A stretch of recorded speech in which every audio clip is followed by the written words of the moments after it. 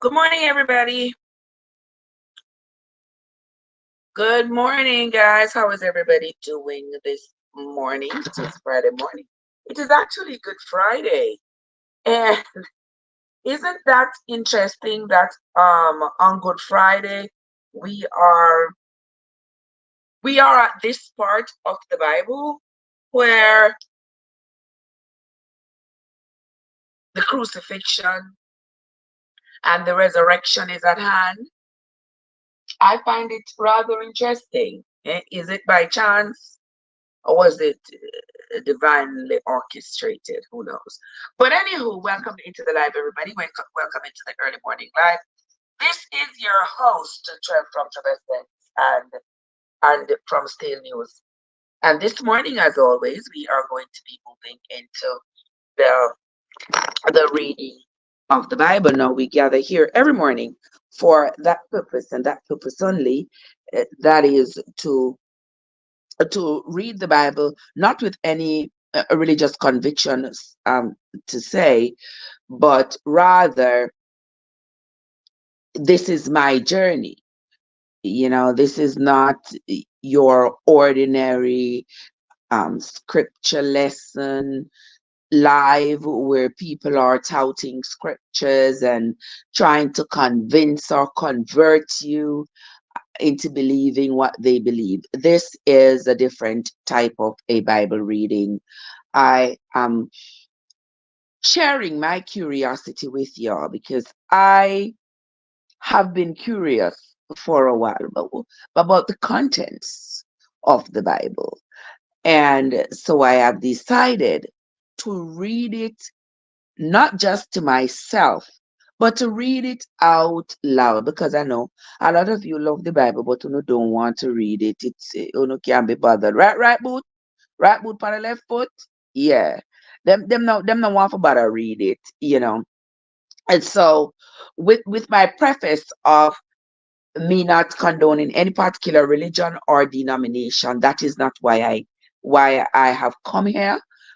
Do not confuse my presence here with the presence of others who are in the business of converting you into something, into believing something. That is not my purpose, never was, and will never be, because one of the most diverse things to ever exist amongst humans is our thought process. Yeah, we have been indoctrinated, we have been socialized into believing one particular version of life and to ignore or abhor other versions of life that's experienced by other humans. I do not subscribe to that. So this morning, like every morning, we gather here for the simple reading of the Bible, so that not just that I can tap myself on the shoulder and say I've read the Bible from beginning to end, but also I can have conversations with people about the contents of the Bible. If I do not remember straight off the bat something that is being brought up, then at least with reference, I can go back to the Bible and reread it and refamiliarize myself with the content that I had already read. And I say this all the time, that reading the Bible is not, or reading any book for that matter, it's not just calling the words. It's not just picking, it's not for picking a particular verse or a particular sentence, a particular paragraph, and using that one paragraph to describe the contents of the entire book. Now, I notice that a lot of people do that with the Bible. They pick one verse somewhere, and they use that one verse. They'll use that one verse to preach, to teach, and to beat you. You understand? They don't care. That one single verse, they will use it repeatedly. But what they fail to present to their listeners is the context under which that verse was used. And for me, that is not enough. I want context. I don't want somebody coming telling me something and I don't know who spoke those words. Under what circumstances were those words spoken? To whom were they speaking? I want to know before I can embrace what it is you are saying. And so that is why when I come here to read the Bible, I stop and I pause. You all hear my confusions at times when I'm like just as lost as you are, being unsure of what does this mean. And as I'm talking about being lost and wondering some of the times what the stuff in the Bible means, yesterday when we were reading, remember Jesus was talking of telling the disciples this parable about like a bride and a groom getting married and having invited people to the wedding. But when the day of the wedding came, they were nobody showed up, but they had all this food. So they decided, well, we need people here at the wedding. We need guests and we need people to eat the food. So they were instructed, go out and just gather people, gather anybody, and bring them to this feast, bring them to the wedding. And they gathered all the people they could find in the vineyards and on the street and everywhere. And they brought them into the palace for the wedding. But there was one individual who was not dressed for the wedding. And that individual was brought on, put in prison because they said he wasn't dressed for the wedding. And that stumped me yesterday. And throughout the day, I tried to figure out what in the world does that mean? I still was not able to find any literature that would explain it in a way that would make me comfortable with it. I figure that as I read along, I might come across something else that might explain why that individual was taken to jail because he wasn't dressed for the wedding. But I am not sure. I am not sure about that. And I'm not sure about anything in the Bible. I'm just reading it and trying to understand it. And when I flub, when I blub, when I don't get it right, when I don't know, it's not about right or wrong. As a matter of fact, I'm not here to try to understand it, to try to get it right. That's not why I'm here. Okay, because I don't know. I'm just reading it because you see the book was presented to me just like it was presented to you. And I think if it was presented to me as my moral guide, I should at least know what's in it. Okay? So that particular parable yesterday, that was the part I didn't understand about the guy being put into prison. Because if you just take me unaware and say, you know what, we're having a party down there, we need some people to fill the seats and we need some people to eat the food, come along. You have caught me at a vulnerable moment. I'm not dressed for a wedding. I didn't plan for a wedding. I didn't go out and get a brand new suit. I didn't go out and get a brand new shoe. You just grab me out of the vineyard and say, come, we need people. We need bodies. We need numbers for this wedding. And we need people to eat the food. And here I come. And the next thing I know, I'm being taken to jail because I was not dressed appropriately for this wedding. Um, in biblical terms, in religious terms, I'm not sure. I'm not sure what that should mean. But if there's anybody here If there's anybody here who has some kind of a conviction about what that might have meant, you are welcome to share it. I don't mind people sharing what they have read, what they think they know, or what they believe. We can always agree to disagree, or we can be set on a path to agreement. Whatever the case may be, it is okay. I am fine with you sharing your knowledge on whatever it is that we are talking about. What I do not, what I do not, and I repeat, do not. We Unlock is here. We Unlock is here. How are you doing? Winsome. Winsome said, Trev, you're early. You can't sleep. No, Winsome. I can't sleep. I can't sleep. I've been up since like 2:30. Sometimes, things, you know what I mean.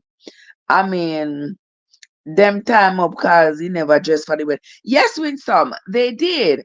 And that is why I'm saying I am not sure why or how does that fit into the religious frame for that parable. I don't understand how it fits into it. Because if you say, I can't with sis. If if you say, if you say, well, let's try to interpret this parable and say, this wedding is supposed to be the coming together of the people unto Christ. But the people who is there for, the people who he has invited, which would have been the Jewish people, because remember, he said he came not for everybody else, just for the lost sheep of Israel. Those are the people he came for. So if you put it in those terms and you say, well, maybe he meant that, he has come for the people, for the Jewish people, to bring them back together so that they can re-establish themselves in the region, re-establish their community, their culture, their country, and they can also reestablish their religion in the region. But they are not coming. Enough of them are not leaving Egypt and coming back. They are not leaving wherever, Syria, wherever they have run. They have all run away. So but they're not coming back to you as you would have expected them to. And you say, well, all right then. If they are not coming, we are just going to call everybody, anybody. We just need people. We need to reestablish Israel. So let's just get everybody. And you say that, and everybody starts coming, whether they are Jew, Gentile, Pharisees, Sadducees, whoever. Everybody is just coming into Israel, and I guess claiming now whatever Christ has to offer. Why would this one individual be singled out because he's not dressed for the wedding? I am still a little bit confused. Was he one single person from one particular country that, from one particular country or one particular tribe that was definitely not invited? Was he, did he represent a particular group that Christ definitely did not want at the wedding? I don't know. Because if you arbitrarily calls everybody, then you have to understand that if you call everybody, then anybody can come. And you're going to have just about anybody there. So that part I did not get. But you all can share with me if you all are thinking the same or thinking differently. You all are welcome to share with me. Right, we Unlock? All right. I see somebody here, Dr. Jim. I see, what is Let Rice and Trinket and Miss Boob and several other people. Welcome into the live, guys. Thank you all so much for stopping by. All right. So yes, we are locked. I appreciate that. Yeah, I wish somebody would help me out and share their thoughts on what that that particular story really means in Jesus's terms, in his parables. What would that mean? But since we don't know, you don't want to get the talking about the biblical, get me talking about the biblical text.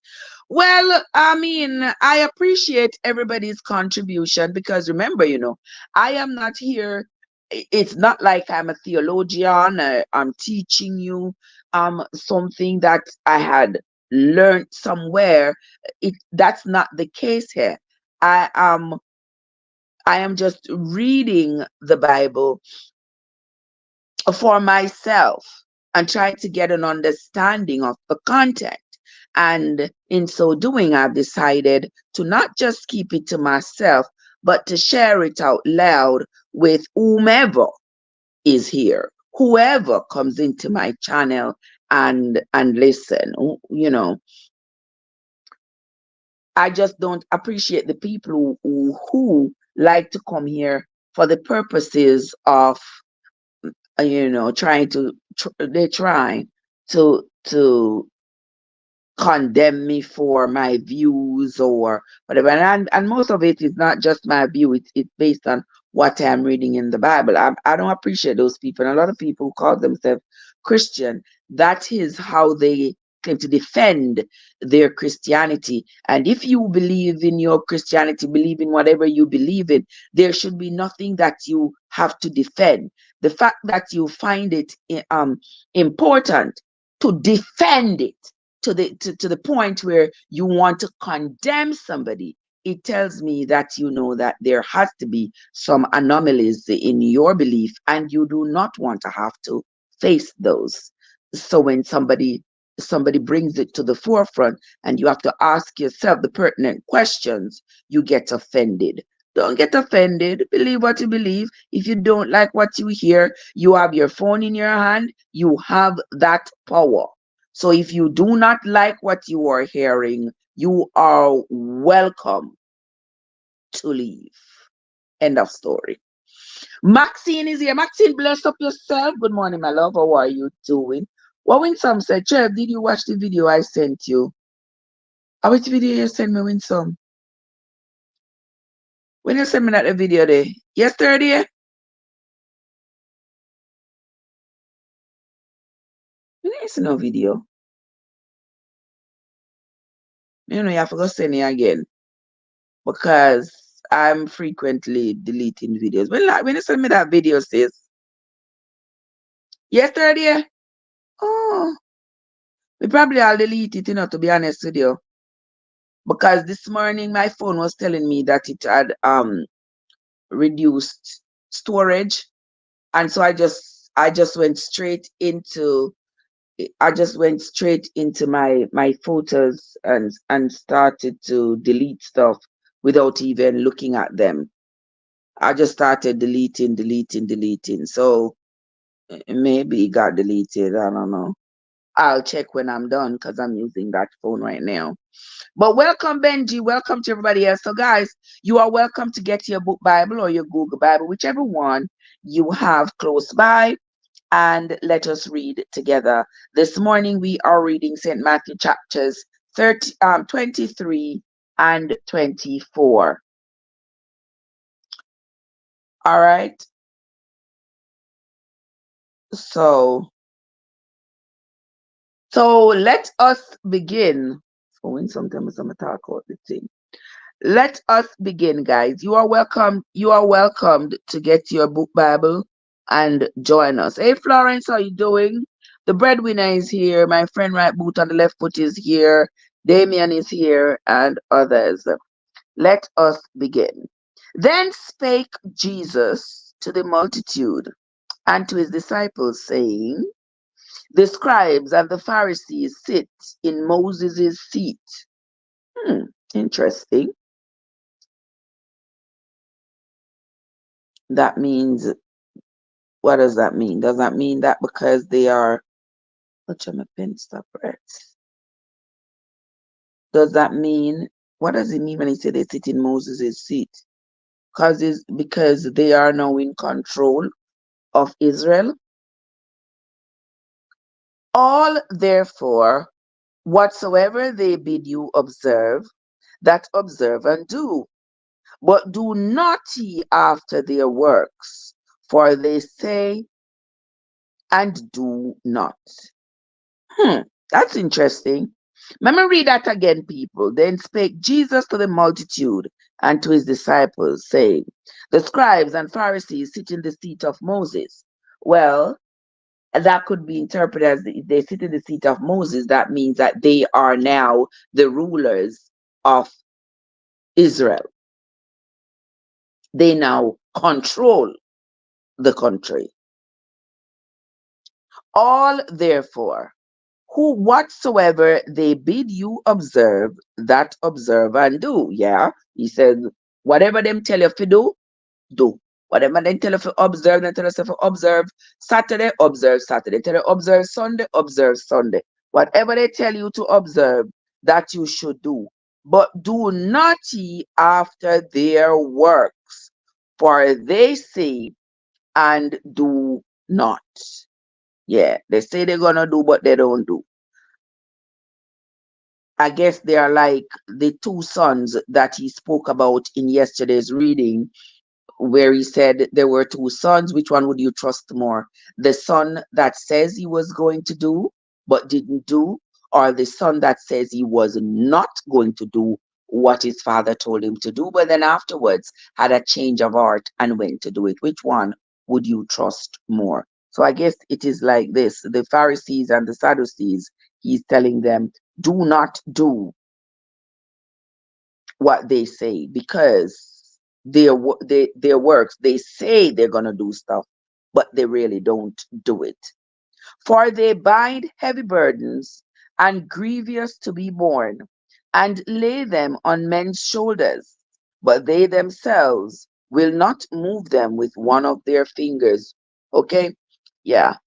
The things that they want you to do is so burdensome for you, it's almost unachievable, but they want you to accomplish it.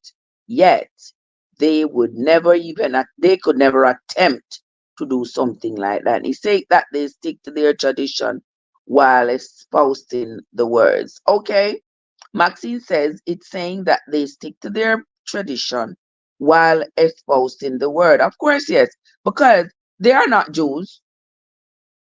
So even though they are now in authority in Israel, they are not going to suddenly adopt the Jewish ways and teach it to the people. No, they are going to continue with their own ways, their own beliefs and traditions. So here he said to the Jewish people, you can't follow them, because what they are going to tell you to do is not in alignment with what you are expected to do as a Jewish person. Verse 5, but all their works they do to be seen of men. They make broad their phylacteries and enlarge the borders of their garments, and love the uppermost rooms at feasts, and the chief seats in the synagogues, and greetings in the market, and to be called of men, Rabbi, Rabbi. But be not ye called Rabbi, for one is your master, even Christ, and all ye are your brethren. And call no man your father upon the earth, for one is your Father, which is in heaven. So here Jesus is telling the Jewish people, don't go by what these people are telling you to do. These people are in the position to rule over Israel at the moment. And because of that, they sit in the seat of Moses. They have the authority. They now hold that position of authority where they are able to tell you what to do. But don't follow them, because what they are telling you to do is not the Jewish way to do things. Okay? Don't call them father. They want you to call them father. Don't call them father. They just like to they like to show off. They like to sit in the feast. They want to sit up on top and everybody looking at them. And they are the center of attraction. And all the attention is on them. That's what they like. So that's why they want you to call them rabbi, rabbi, rabbi. So they can seem important. That's what Jesus is saying to the Jewish people. But he says in verse 9 of chapter 23, call no man your father upon the earth. For one is your Father which is in heaven. Neither be ye called masters, for one is your master, even Christ.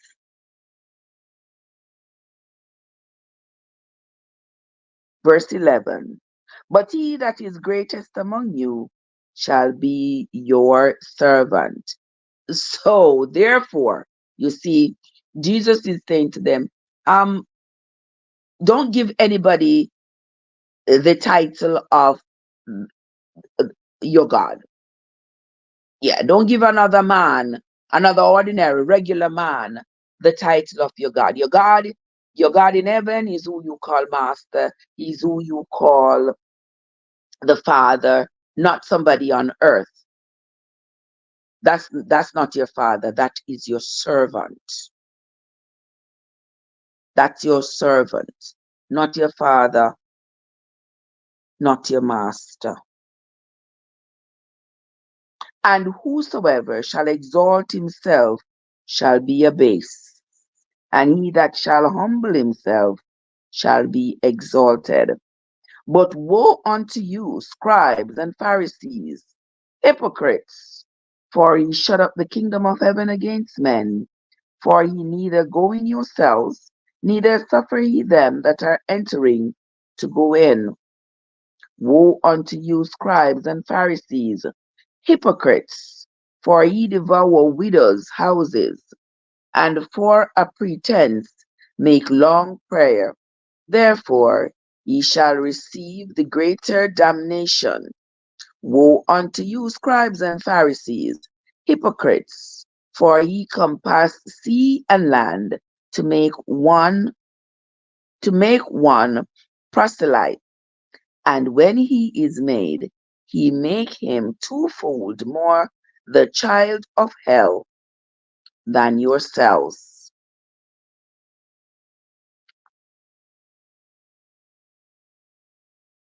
Fritz, Mano, Carl, and the breadwinner, welcome into the live. Thank you for stopping by. Verse 16 of chapter 23. Woe unto you, ye blind guides, which say, whosoever shall swear by the temple, it is nothing. But whosoever shall swear by the gold of the temple, he is a debtor. Ye fools and blind! For whether is greater, the gold or the temple that sanctifies the gold?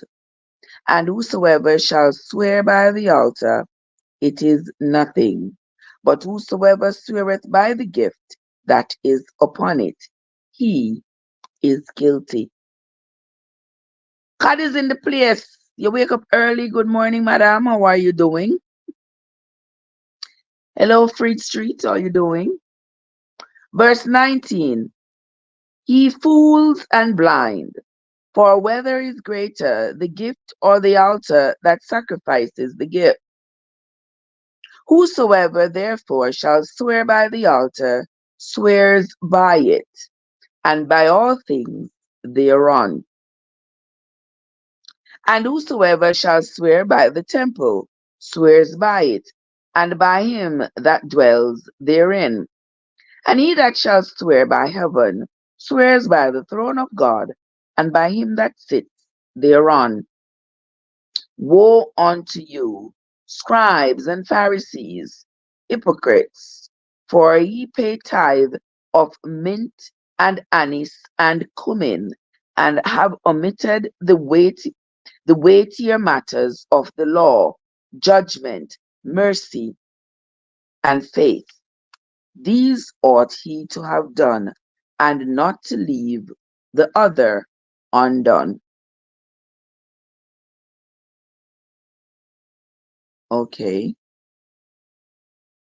Now y'all got that. See, Jesus is saying to the people that they pay their tithes with spices, mint and anise and cumin. But what they need to really pay their tithe with is something that is more valuable, something more weightier, the Bible says. Means something heavier, but it means something more valuable, like your faith, judgment, mercy. The matters of the law are of more importance than the spices that you are required to pay for your tithe. And we can put that in even in the terms of today. It could mean that rather than thinking that because you throw a big offering in church or a big tithe, that, oh, you have done your due diligence, but yet you have exercised no faith, no mercy for your fellow man, no grace for your fellow man. You really didn't tithe at all. You really didn't give anything. It's rather worthless what you believe you had given, because you did not give the most important thing. Verse 24, he blind guides which strain at a goat and swallow a camel. Wait, let's read that again. Verse 24. He blind guides, ye blind guides, which strain at a gnat. That's a gnat. That's not a O. He blind guides which strain at a gnat. The gnat, the little fly, GNAT. And hear me talking about goat. Which strain at a gnat and swallow a camel. Ain't that something? Verse 25, woe unto you, scribes and Pharisees, hypocrites, for ye may clean the outside of the cup and of the platter, but within they are full of extortion and excess. Thou blind Pharisees, cleanse first that which is within the cup and platter, that the outside of them may be clean also. Woe unto you, scribes and Pharisees, hypocrites, for ye are like unto whited sepulchre, which indeed appear beautiful outwards, but are within full of dead men's bones, and of all uncleanliness. Even so, ye also outwardly appear righteous unto men, but within ye are full of hypocrisy and iniquity. Woe unto you, scribes and Pharisees, hypocrites, because ye build the tombs of the prophets and garnish the sepulchres of the righteous, and say, if we have been in the days of our fathers, we would not have been partakers with them in the blood of the prophets. Wherefore ye be witnesses unto yourselves that ye are the children of them which killed the prophets. Fill ye up then the measure of your fathers, ye serpents, ye generation of vipers. How can ye escape the damnation of hell? That's interesting. When some say, I sent you something and that yesterday. Okay. I will check it out when I'm done, my lovely sister. I thank you so much. They want to live by their sacrifices and not by God's requirement of faith, so they may be seen by others. Yes, they just want to show off. They don't want to, yeah, they just want to show off. Like, I, I can throw a big tithe. Oh, I don't know. Here is my tithe. Everybody see that I just paid $50,000. Yeah, they just want to show off. They just want to be seen. They just want everybody to adore them and to respect them.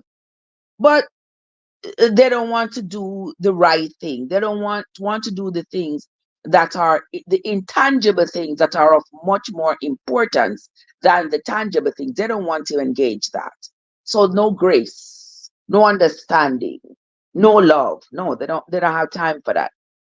Yeah, they just want to be seen as important. You see some people, even these days, you see politicians. Some politicians, they just want to politic. That's all they want to do. They just have an ego. That's all they want to fulfill, an ego. They do not want to go there to serve the people. They don't want nobody call them. They don't want nobody bother them. They do not represent the people wholly. No, they just want the prize. They just want to be there as a politician so they can roll around in their Rolls Royce or whatever, and everybody can look at them and adore them and celebrate them. And when people see them coming, people clap and roll out the red carpet. That's all they want.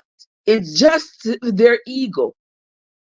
But they don't go in there to serve the people who elect them.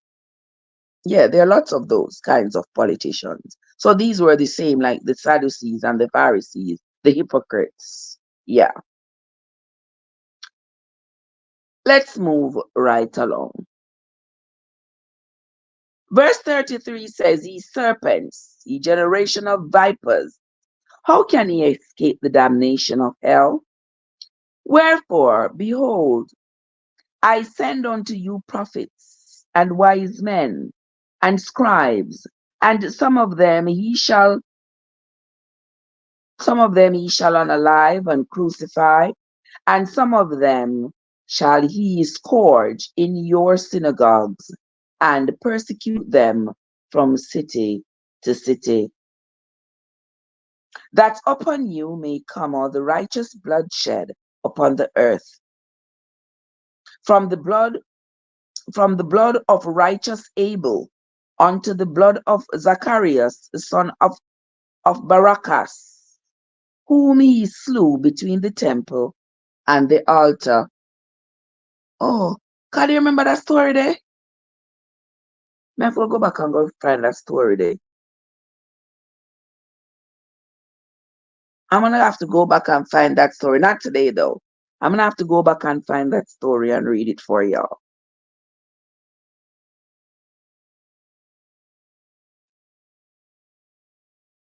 The story of Zacharias. We know the story of Cain and Abel, how Cain slew his brother Abel, but here we have the story of Baccharius, the story of Zacharias, the son of Barachias. I don't so remember this story, so I really can't expound on that right now because I don't remember it. Verse 36 said, Verily I say unto you, all these things shall come upon this generation. O Jerusalem, Jerusalem, thou that unalives the prophets, and stones them which are sent unto thee. How often would I have gathered thy children together, even as a hen gathers her chickens under her wings, and he would not. Behold, your house is left unto you desolate. For I say unto you, ye shall not see me henceforth, till he shall say, Blessed is he that comes in the name of the Lord.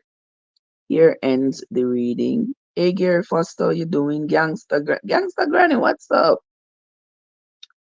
Keem Dollar, Yvonne, welcome. Here ends the reading of Matthew chapter 23, guys. We are going to be moving on to, hey, Keisha, what's up? To Matthew chapter 24. So come along with me. Thanks to those of you who are contributing to the chat. I sincerely appreciate you. Let us move right along. Matthew chapter 24. And Jesus went out and departed from the temple, and his disciples came to him to show him the buildings of the temple. And Jesus said unto them, See ye not all these things? Verily I say unto you, there shall not be left here one stone upon another that shall not be thrown down. And as he sat upon the Mount of Olives, the disciples came unto him privately, saying, Tell us, what shall these things be? And what shall be the sign of thy coming, and of the end of the world? And Jesus answered and said unto them, Take heed that no man deceive you. For many shall come in my name, saying, I am Christ, and shall deceive many. We're going to start reading chapter 24 again. And Jesus went out and departed from the temple, and his disciples came to him to show him the buildings of the temple. And Jesus said unto them, See ye not all these things? Verily I say unto you, there shall not be left here one stone upon another that shall not be thrown down. No stone nago left that nago fall a ground. We're going to topple over everything. In essence, that's what he's saying. Hey Greg, how you doing? TikTok, what's up? Mitchie Boo is in the place. Mitchie Boo, what's up? How are you doing, my sister? Blessed Friday morning to you. Happy Easter to you, my love. How are you doing? Verse 3. And as he sat upon the Mount of Olives, the disciples came unto him privately, saying, Tell us, when shall these things be? And what shall be the sign of thy coming, and of the end of the world? And Jesus answered and said unto them, Take heed that no man deceive you. For many shall come in my name, saying, I am Christ, and shall deceive many. And ye shall hear of wars and rumors of wars. See that ye be not troubled, for all these things must come to pass, but the end is not yet.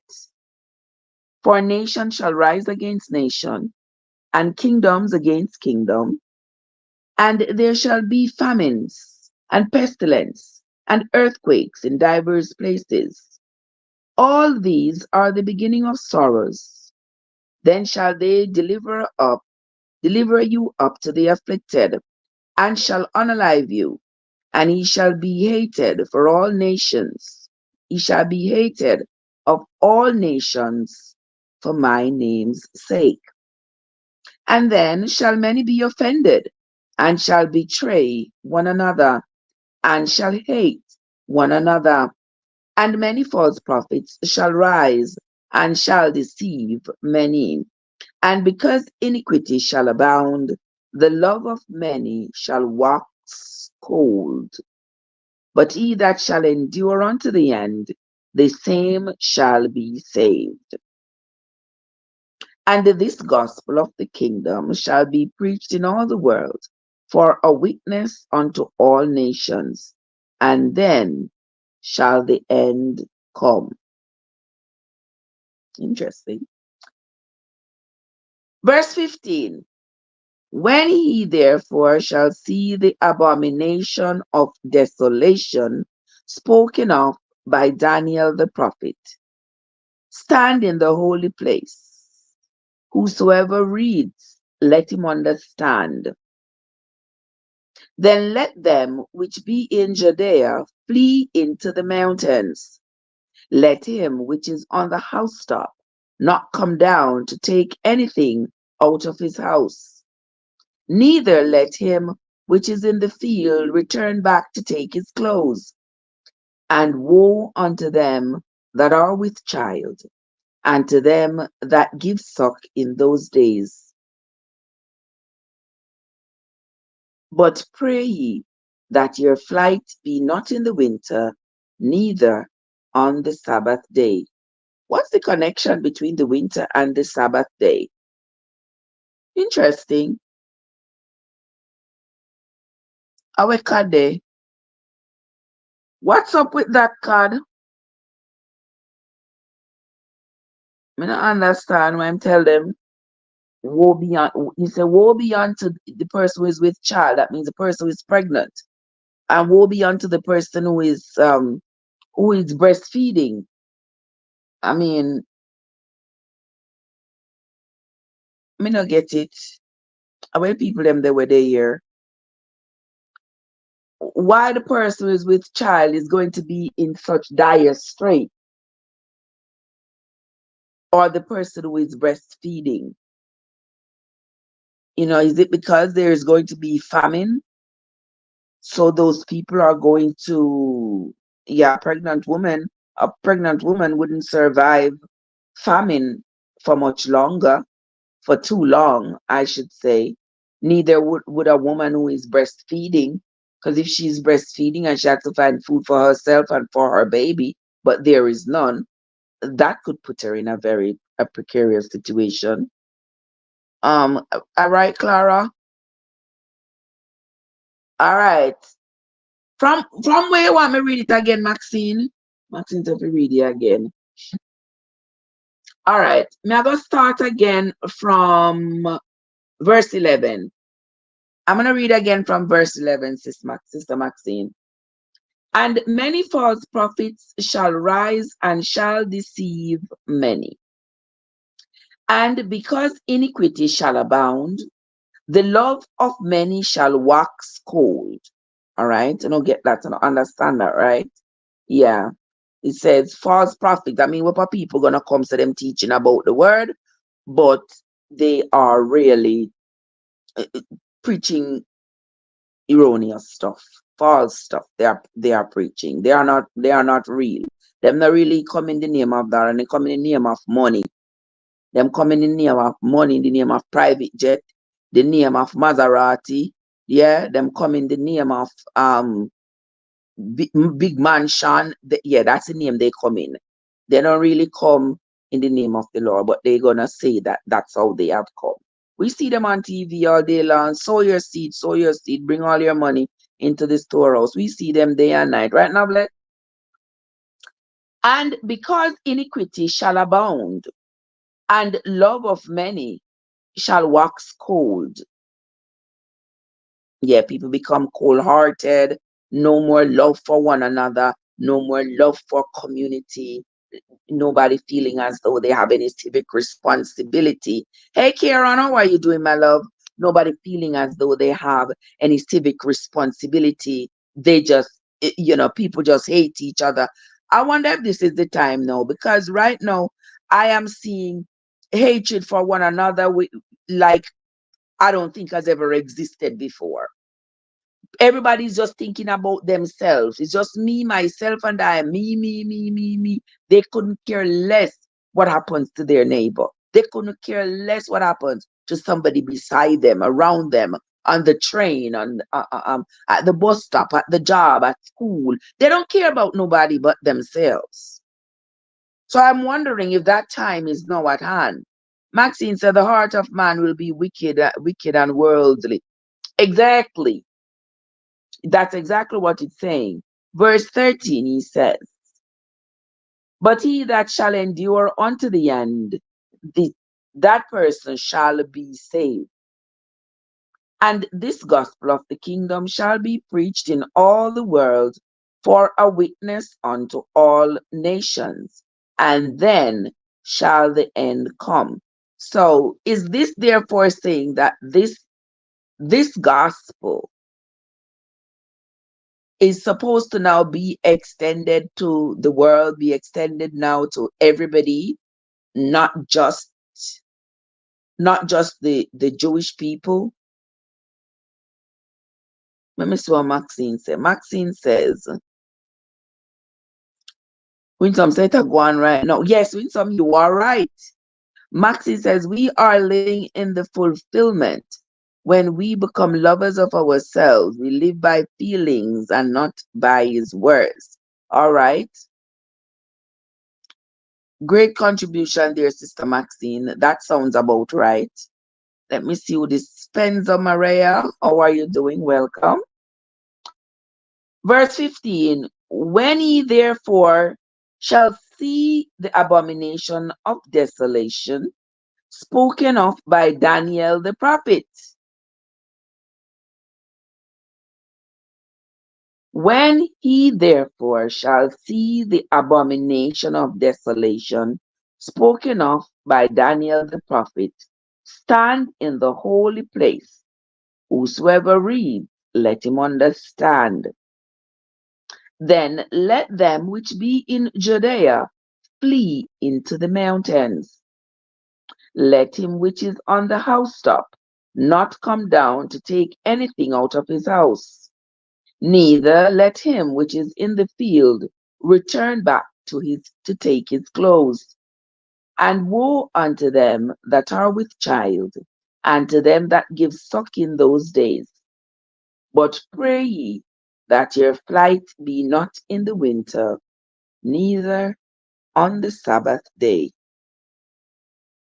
I may mark that because I'm not sure what that is supposed to mean, what that is supposed to indicate.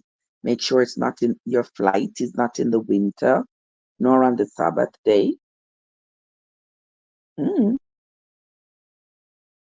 Verse 21, for then shall be great tribulation, such as was not seen the beginning of the world to this time, no, nor ever shall be. And except those days shall be shortened, there should no flesh be saved. But for the elect's sake, those days shall be shortened. Then if any man shall say unto you, lo, here is Christ, or there, believe it not. All right, make me read that again. He said, Maxine says, he said that he will return when his words is heard in the four corners of the earth. We are living in that time with social media all over the world. Oh, okay. Oh, okay. You got a point there. I didn't even think of that just now. I appreciate you, Sister Maxine. Sister Maxine says, he said that he will return when his words are heard in the four corners of the earth. We are living in that time now where social media is taking the word to the four corners of the earth. All right, let's continue. Verse 21 says, for then shall be great tribulation, such as was not since the beginning of the world to this time, no, nor ever shall be. And except those days shall be shortened, there should no flesh be saved. But for the elect's sake, those days shall be shortened. Then if any man shall say unto you, lo, here is Christ, or there, believe it not. Okay.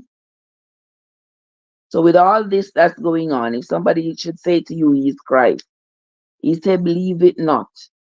For why should you not believe it? For there shall arise false Christs and false prophets, and shall show great signs and wonders, insomuch that If it were possible, they shall deceive the very elect. Behold, I have told you before. Wherefore, if they shall say unto you, Behold, he is in the desert, go not forth. Behold, he is in the secret chambers, believe it not. For as the lightning comes out of the east and shines even unto the west, so shall also the coming of the Son of Man be. People can accept the opportunity and be saved, but they cannot deny that they have not heard about the true and living God.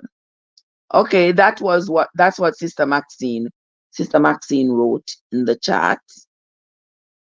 Okay, she says people can accept the opportunity and be saved, but they cannot deny that they have not heard about the true and living God.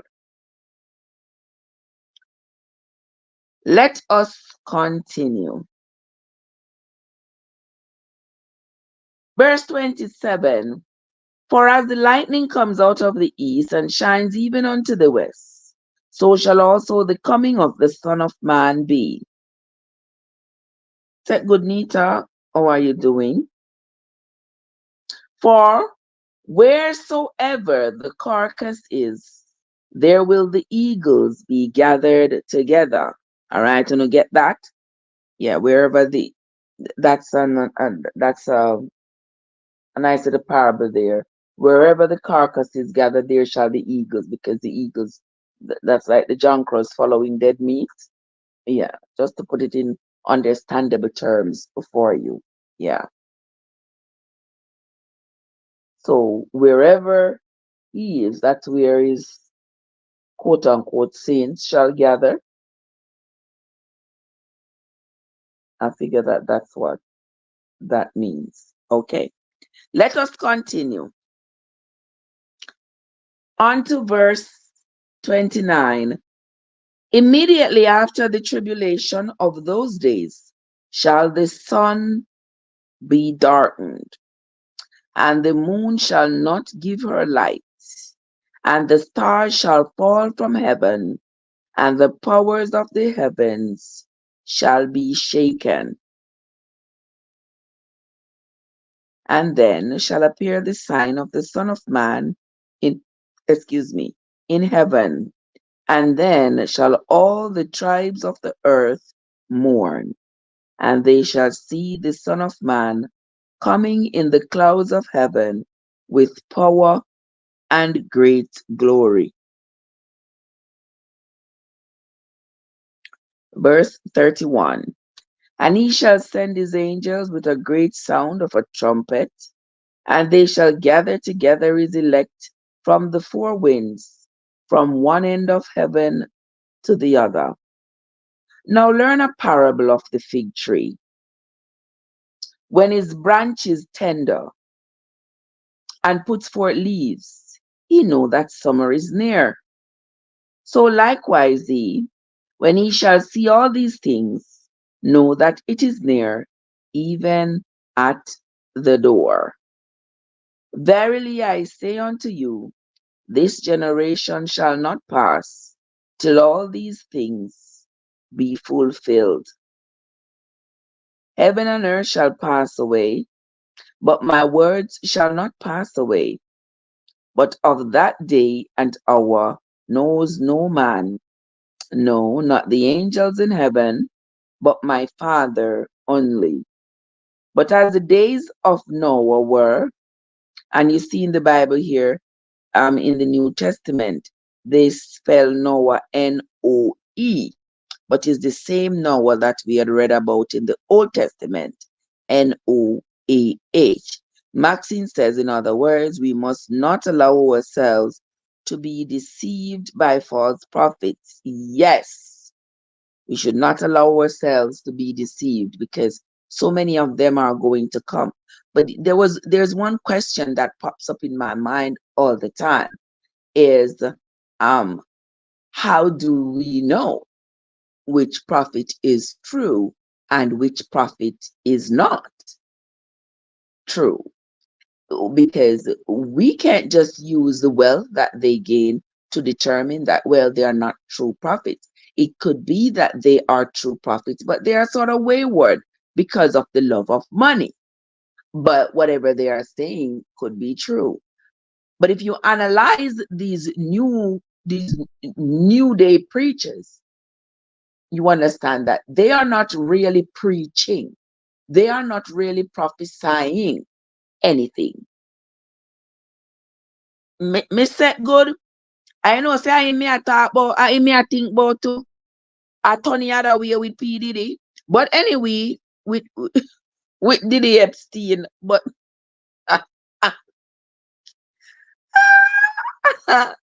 oh my gosh. Mm, getting all swallowed up. Maxine says, we know based upon the written words and the teachings of the Holy Spirit. All right. I'm just reading here what Sister Maxine is putting in the chat. They said some comments were filtered to protect the experience. I don't know. What could somebody say here that needed to be filtered? Mr. Mystic and them people here, see? What somebody could say here now this morning, based on what we are reading, that would require them to filter it out. Unless somebody is there saying something foul. I don't think nobody's there saying anything foul. But you know these people are, they get on my nerves with this foolishness. Let us continue. Where was I? Verse 30. Let me read from verse 30 again. Verse 30 says, and then shall appear the sign of the Son of Man in heaven, and then shall all the tribes of the earth mourn, and they shall see the Son of Man coming in the clouds of heaven with power and great glory. And he shall send his angels with a great sound of a trumpet, and they shall gather together his elect from the four winds, from one end of heaven to the other. Now learn a parable of the fig tree. When its branch is yet tender and puts forth leaves, ye know that summer is near. So likewise he, when he shall see all these things, know that it is near, even at your doors. Verily I say unto you, this generation shall not pass, till all these things be fulfilled. Heaven and earth shall pass away, but my words shall not pass away.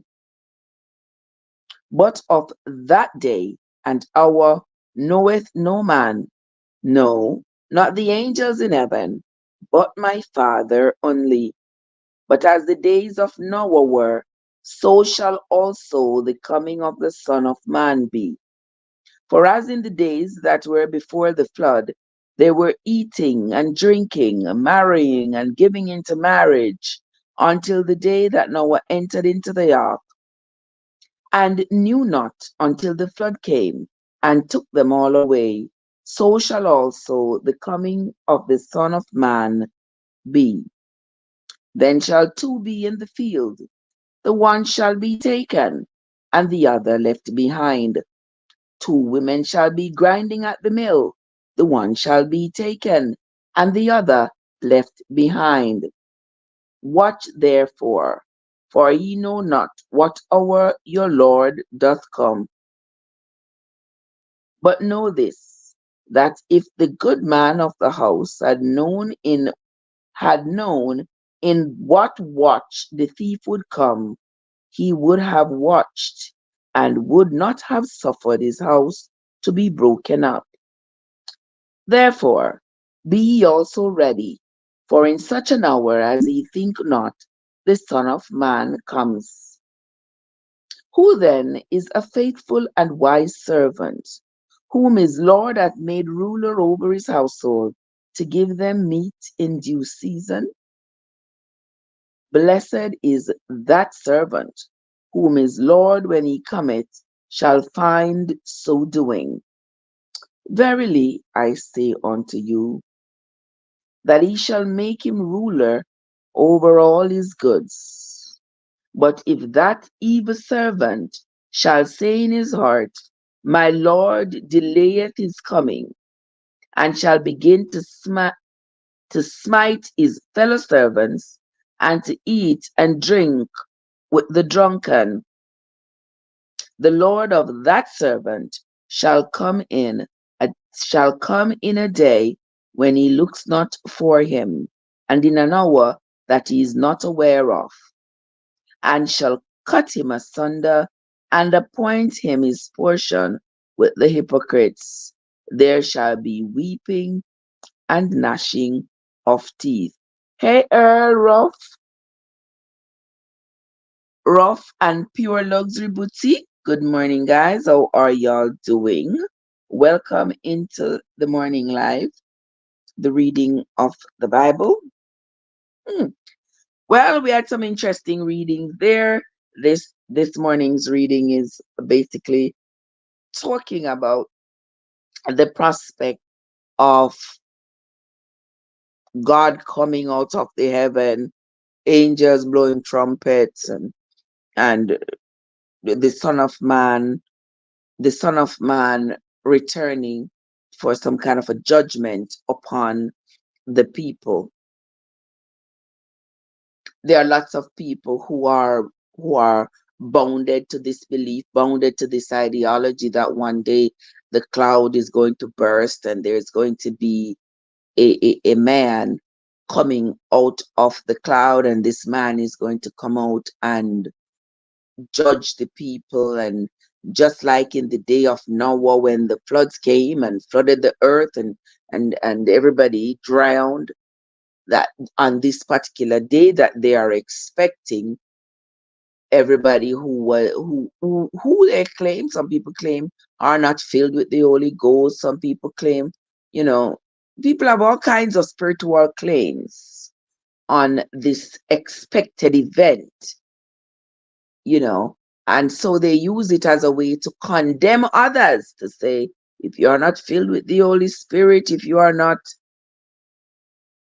baptized in whatever the case may be, whatever their conviction is, they want to tell other people, if you are not of this particular conviction, this is what is going to happen to you. When this person comes out of the sky, you are going to be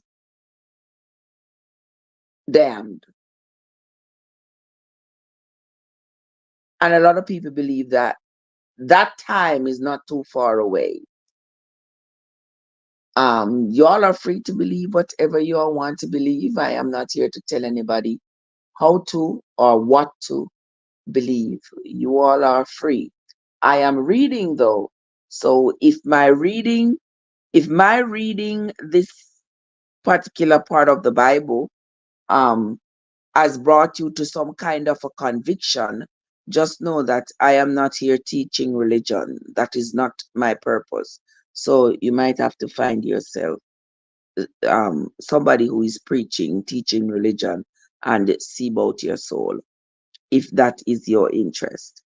Let me see who else is in the chat. Pansy and Orville are here. Welcome into the live. Now, as we read this, we know that there are some who have their doubts about the prospect of this event, because we have to understand, this could also be more like one of the other parables that we have to interpret another way.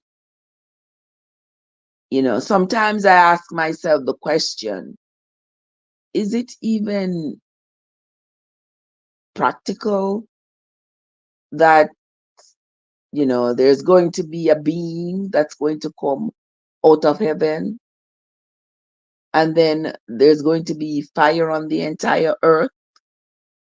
I ask myself those questions, and I'm sure lots of people ask themselves the question too. But people don't want to say this out aloud for the mere fact that they don't want to be judged, and they don't want people to say, Lord, she a question the Bible, Lord. She don't believe in it. Guys, that's why you have a brain. You have to ask questions. You can't just follow everything blindly. You have to ask questions. Maxine say, in all thy ways acknowledge him and he will direct our path.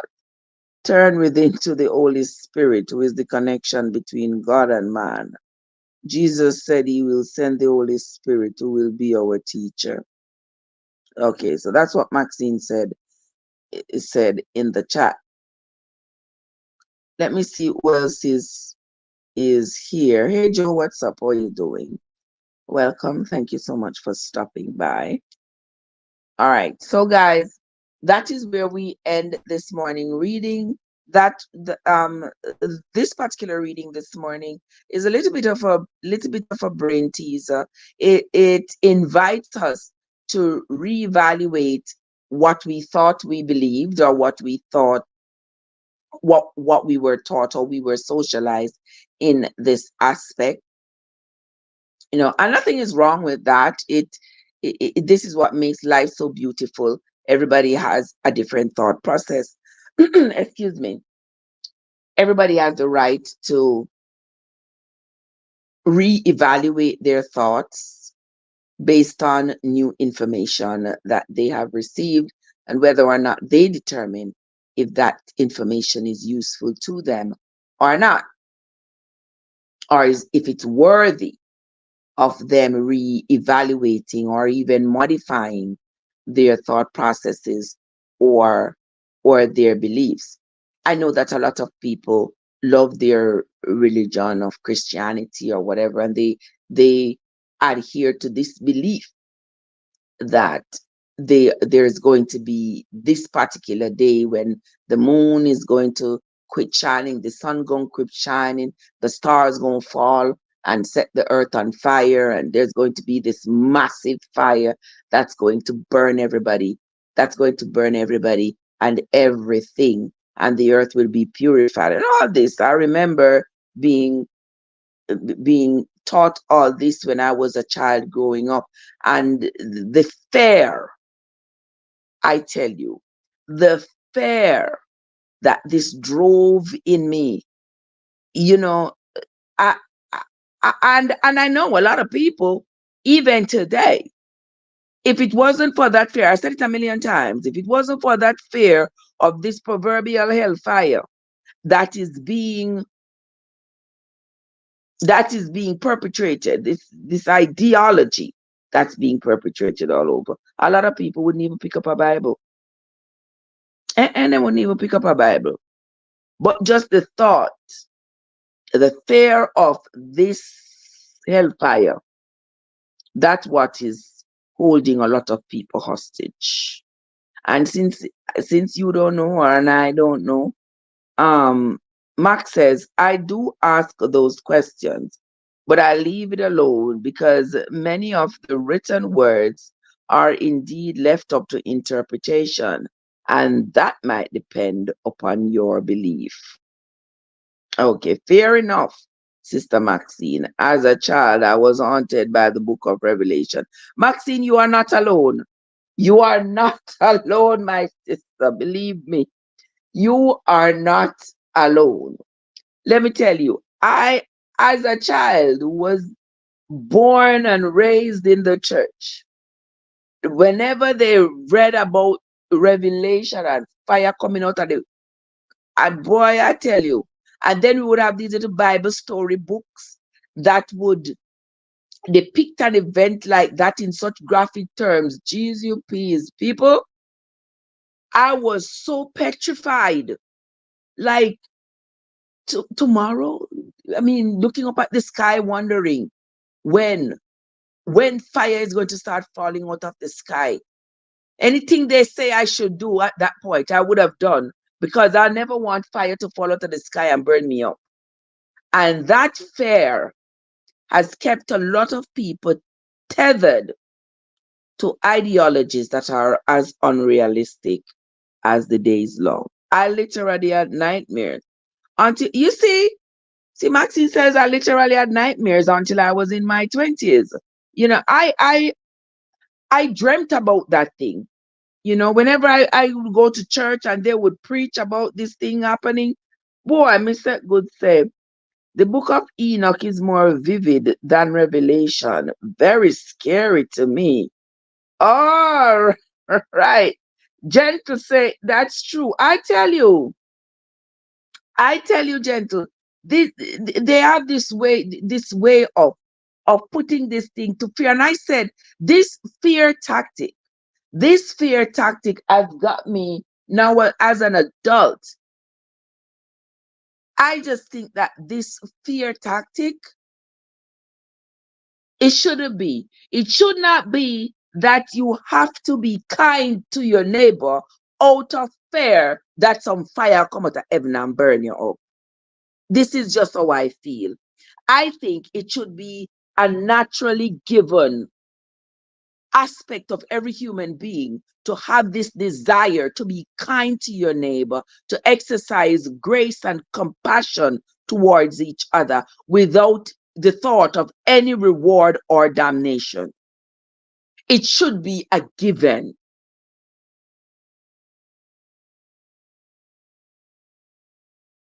Maxi, Maxi said, horses of different heads are dragons. I'm not seeing the other comments. I am double streaming, Maxine. I am double streaming, so I am on the tube and the talk. That's why you're not seeing the others. I am able to see both, but you you won't. You won't see. Um, Let me see. Miss Good say yes. As a child, revelation, but as an adult, the book of Enoch scared me, woke me right up again. All right, I'm going to have to read the book of Enoch. I tell you, people, this fear, you know, it's like a parent with a child, and there is something you don't want the child to do, and you create this fear in this child that if they do it, what you're gonna do with them. And I think it would be more important to express to the child, why is it important for you to love your neighbor? Why is it important? What's the benefit to you, to your neighbor, and to humanity that you be kind? What's the benefit? And let the child see the good in the action and be willing to accept that I want to be good to my neighbor because it makes my neighbor happy. It makes me feel good. It it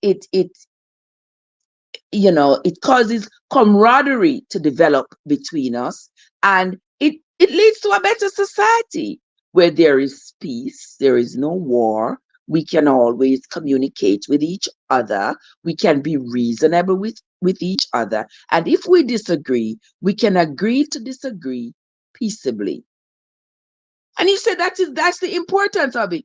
But you say, if you are not good to your neighbor, you envy your neighbor, there is going to be this fire that's going to come out of heaven and burn you up. You are so afraid that you can't even be kind to your neighbor, not because you don't want to, but because you are so deathly afraid, because your mind is more on this fire than it is on the real importance of being kind to your neighbor. Maxine says, as I grew old, I embraced the Psalms and the book of Proverbs. Yeah. Overton is here. Overton, bless up yourself, bro. How you doing? Well, you see, some people, just like you, Sister Maxine, some people, as they have gotten older, they they they move away from this fear tactic, and people be selective into what books of the Bible they want to read. I hear people say they no longer read Revelation. When I was growing up, we used to read this book called, oh my God, this book was called again. Oh Jesus. I remember the book before I started talking about it, and then I forgot. But it was a book. It was a book written by Ellen G. White. And those of you who don't know who that is this woman, this Adventist woman who claimed that she was a prophetess of some sort, and she wrote a lot of books talking about how the world is gonna end and all this fiery stuff, and I would read those books, and I'd be like, mighty God, I am already afraid to even leave the house. I'm afraid to be angry at anybody. I'm afraid to stand up for myself. I'm afraid because Jesus, if I ever get angry, if I ever do something, Lord, this fire is gonna come down and burn me up.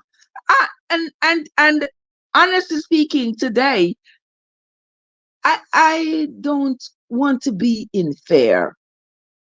I love my fellow humans and treat my fellow humans with love and dignity and respect as I see fit.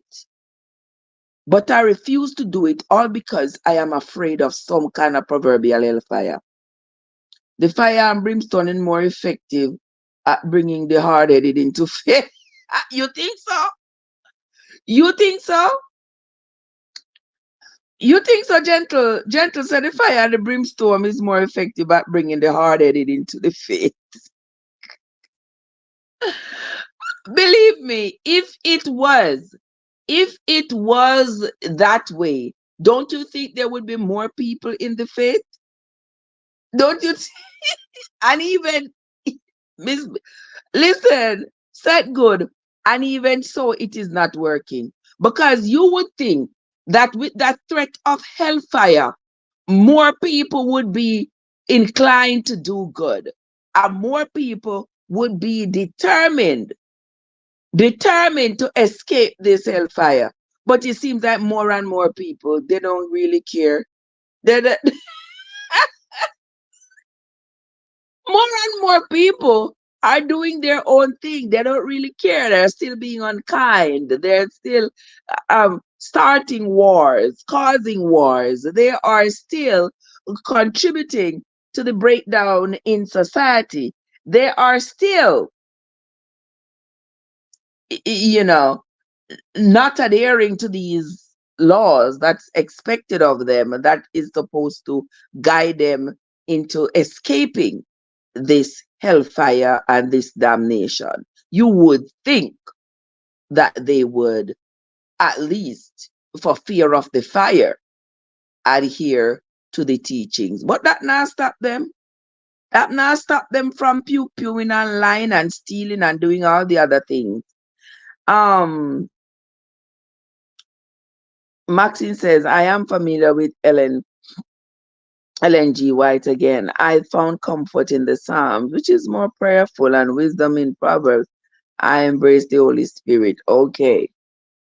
So see, Sister Maxine says she finds comfort in the Psalm and in the Proverbs. And you are not alone in Sister Maxine. A lot of people are very selective in the books of the Bible that they choose to focus on because it brings them comfort and peace. Not everybody wants to focus on the prospect of the morbid that the Bible represents, particularly as someone said before in the Revelation. Not everybody wants to focus on that. So people choose more subtle books of the Bible, subtle books like in the Bible, like the Psalms, the Proverbs. People also settle with Isaiah, Songs of Solomon. Some people don't mind reading the Songs of Solomon as well. People are very selective, and that is okay. You pick the ones that make you comfortable and you focus on those. Everybody has to find their own comfort zone and remain there, find their comfort in their own comfort zone. All right. So guys, wow, that one was intense today. But we are going to continue. We are going to continue with the reading of the Bible. When we come, oh my God, tomorrow is Saturday, right? And you know, so guys, just because it is, I think I am going to probably record the reading tonight, today, and then play tomorrow. I'm not sure. Maybe that's what I'll do. Maybe that's what I'll do. Record a reading, and then tomorrow morning we play it and maybe have a little discussion. Because when I get off of work by 8 o'clock, it's gonna be late. You know, I like doing the reading at this time of the morning, but when I'm at work, I can't possibly do so. So I could record it and then set it to play at this time, but y'all are not going to hear it on the talk. It's going to have to be over on the tube. Okay? So I'll think about that later on today, but I want to say thanks to everybody. Um, New Linda, how are you doing?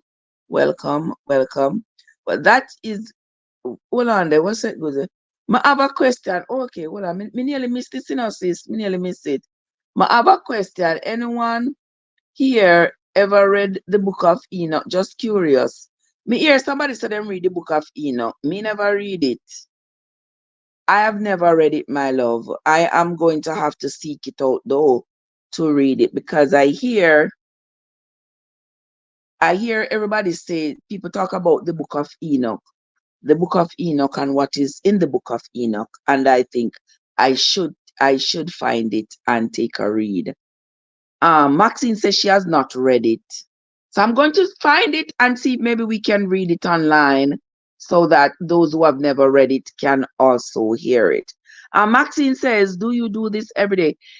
Basically, almost every day, Maxine. You can safely say every morning I come here and do this. On a morning like tomorrow, I work tonight, so I'm going to be leaving work tomorrow morning, maybe like 8 o'clock, somewhere around there. So when I leave work, a lot of times, I really don't like to read the Bible that late because it takes me into like 9, 10 o'clock in the morning, and then I have to go to sleep to wake up to go back to work. So I don't usually like to do that. On a Saturday morning, I like to come here and talk about all the things that's been happening in the news all week. But but for tomorrow, since it's Easter time and we are getting to the resurrection, the crucifixion and resurrection of Jesus, we are going to be here tomorrow and Sunday and Monday and Tuesday. Yeah, so whenever I don't work the night before, I am here around this time, 4, 5, 6 o'clock in the morning. But whenever I work the night before, I can't possibly be here at that time. So tomorrow morning, we are going to say we'll be here maybe by 8:30. Maybe by 8:30. Sunday morning, the same thing. Monday morning, the same thing. But when it comes to Tuesday and Wednesday morning, we will be here at 4. Yeah, so you all don't forget, you all put on your notifications so that whenever I am on, you all will hear because I cannot put a specific time. Yeah, I can't. That wouldn't be fair for me to put a specific time and then you all come looking for me while I'm at work. That makes no sense. And sometimes I don't know what time I'm gonna leave work. So I can't say, okay, I'm gonna leave work at 7:30 on the dot, and so I'm gonna have the live at 8 o'clock. I can't do that. Yeah. So it is whenever I'm done at work and I leave, then that's when we do this. If possible, send a message you live so I can join. Okay. Okay, where are my mods? So you hear that for Miss Set Good. Set Good says she don't mind getting a notification so she can know when I am live. All right. I appreciate you, Maxine. I thank you so much for your contribution to the live and to everybody else who has contributed to the live. Card, Winsome, Maxine, Gentle B, Mr. Good. I know Gangster Granny was here. I see Gangster Granny here all the time. I appreciate you. I thank you so much. Watch a Kazen. See you now. Kazen, good morning, my brother. How you doing, my love? Good to see you. Happy Easter. You be at born Kazen or you buy born? Which one is it? All the Jamaicans here are not eating a bun and cheese. Lord of his mercy. Because today at Easter, Jamaicans start eating bun and cheese from yesterday, yesterday was Holy Thursday. So them start eating bun and cheese and drink milk. And that's what do. Bun and cheese and drink milk. Okay, that's no bun round here. Me I thought the bun where you eat, Me not talk about the bun where you get. Me I talk about the bun where you eat. It's Easter. We can't do without bun and duck bread. Yeah, we gotta eat our bun and duck bread. Ah boy, me used to love those things when me back home. So now I make my own bun. Yeah, make my own bun.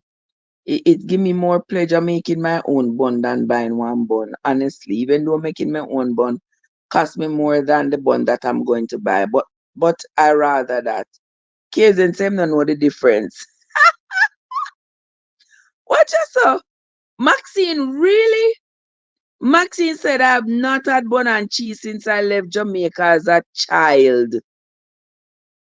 When Jamaica had the pound. Mighty God, that's probably all before me born. Or when me a little pitney.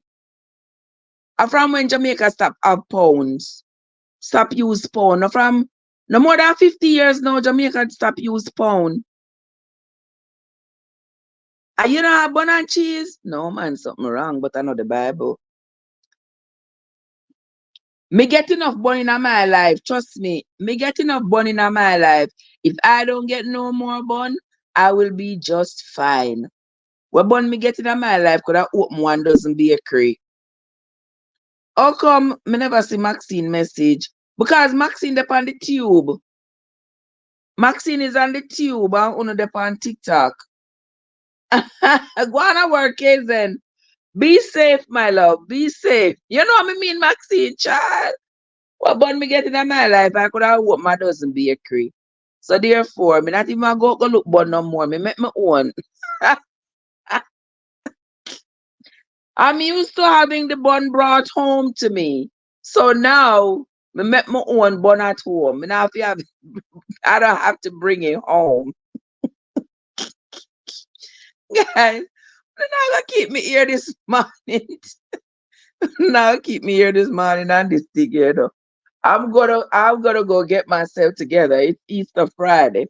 I will see you all later, my friends. I sincerely appreciate all of you and your contribution into the live chat. I sincerely appreciate you all. Now, I know a lot of you are going to go watch the resurrection on TV or stuff like that.